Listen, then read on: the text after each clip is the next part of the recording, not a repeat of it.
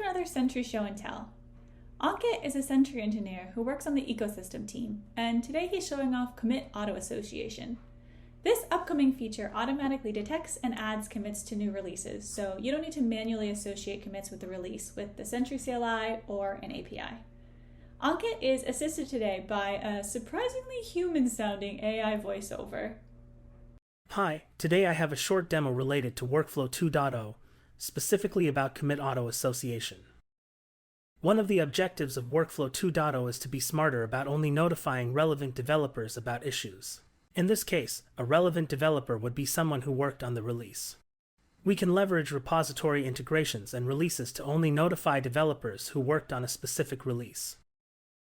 So let's say we have an integration set up and only an older release created on our side. The SDK then sends us an event tagged with the newer release version.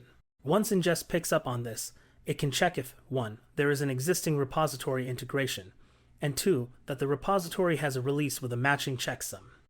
When these conditions are met, ingest will look for all commits between the release in the issue and the previous release. Any commits that don't already exist as a part of the release is now created and hooked up with that release.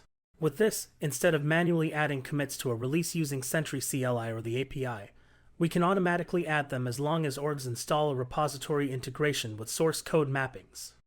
In my local setup, I have a GitHub project with multiple releases and several commits between each release.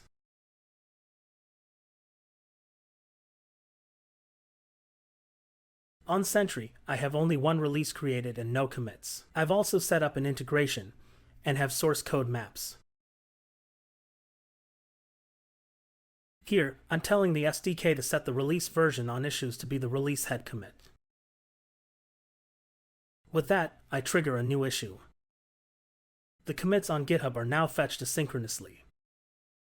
If we look at the newly created release, we can see that only the commits made between the last release and the current one have been added. The hope is that, with this information, we can selectively notify only the developers that had commits in the release and no one else. As of this demo, this feature is running on prod and awaiting EA.